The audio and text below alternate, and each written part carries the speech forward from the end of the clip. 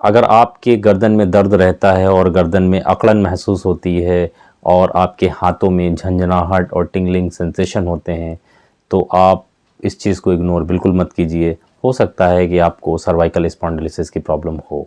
हम सबकी गर्दन के अंदर 7 हड्डियाँ होती हैं, जिसको मेडिकल टर्म्स में सर्वाइकल वर्टेब्रा कहते हैं। ये C1 से लेकर के C7 तक होती हैं। इनके बीच में एक डिस्क होती है। जब ये डिस्क पतली हो जाती है और बोन स्पॉट्स बनने लगते हैं, तो इसकी वजह से जो सर्वाइकल नर्व्स होती हैं उनके ऊपर एक प्रेशर पड़ता है। इसी कंडीशन को सर्वाइकल स्पॉन्डिलोसिस कहते हैं। ये प्रॉब्लम सिर्फ बुजुर्गों में कॉमन नहीं है, आजकल के यंग जनरेशन में भी सर्वाइकल स्पॉन्डिलोसिस की प्रॉब्लम बहुत ही कॉमन है। बात करेंगे सर्वाइकल स्पॉन्डिलोसिस के कॉजेज़ के बारे में, तो इसका सबसे पहला और सबसे बड़ा कॉज है बहुत ज़्यादा देर तक फ़ोन का इस्तेमाल करना। दूसरा जो सबसे इसका अहम कॉज है वो है बहुत देर तक लैपटॉप पर सर झुका करके काम करना। तीसरी जो इसकी वजह है वो है एज रिलेटेड डीजनरेशन।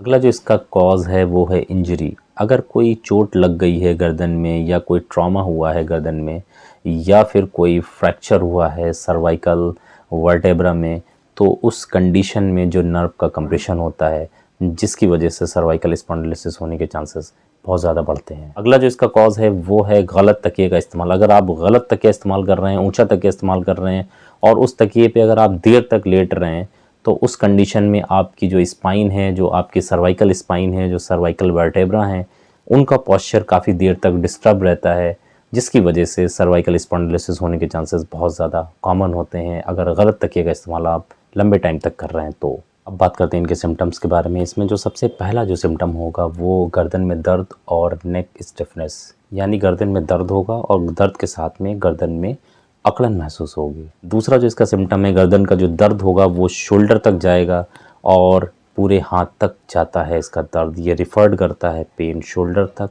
और पूरे हाथों तक। अगला जो इसका सिम्टम है वो हाथों में झंझनाहट होती है, टिंगलिंग सेंसेशंस होते हैं और सुन्नपन भी महसूस होता है। कुछ लोगों में जो पकड़ होती है, जो ग्रिपिंग होती है, वो फेल हो जाती है और वो आसानी के साथ किसी भी चीज़ को पकड़ नहीं पाते हैं, उनकी ग्रिपिंग फेल हो जाती है। इनमें दर्द और चक्कर बहुत आते हैं और कुछ लोगों में चक्कर के साथ साथ वॉमिटिंग भी होने लगती है। तो ये भी एक क्लासिकल प्रेजेंटेशन है सर्वाइकल स्पॉन्डिलोसिस। बात करेंगे इसके इलाज के बारे में, तो 90% केसेस में सर्जरी की ज़रूरत नहीं होती है। सबसे पहला जो आपको काम करना होता है वो है आपको लाइफ स्टाइल करेक्शन को अपना फ़ोन आई लेवल पे यूज़ करना होता है। दूसरा आपको काम करना है अपने पॉस्चर को स्ट्रेट रखना है। आपको ऐसे झुक करके आगे की तरफ या पीछे की तरफ कुबड़ निकाल के नहीं बैठना है। आपको अपने पॉस्चर को करेक्ट करना है। सॉफ्ट या आर्थोपेडिक तकिए का इस्तेमाल करना है।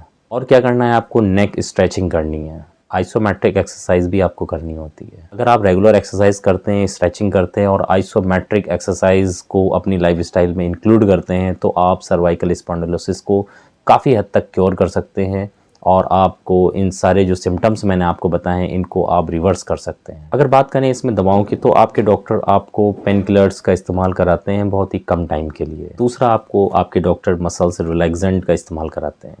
विटामिन B12 और विटामिन D3 का इस्तेमाल इसमें बहुत इफ़ेक्टिव है। कुछ एडवांस स्टेज में फिजियोथेरेपी भी पेशेंट को एडवाइस की जाती है।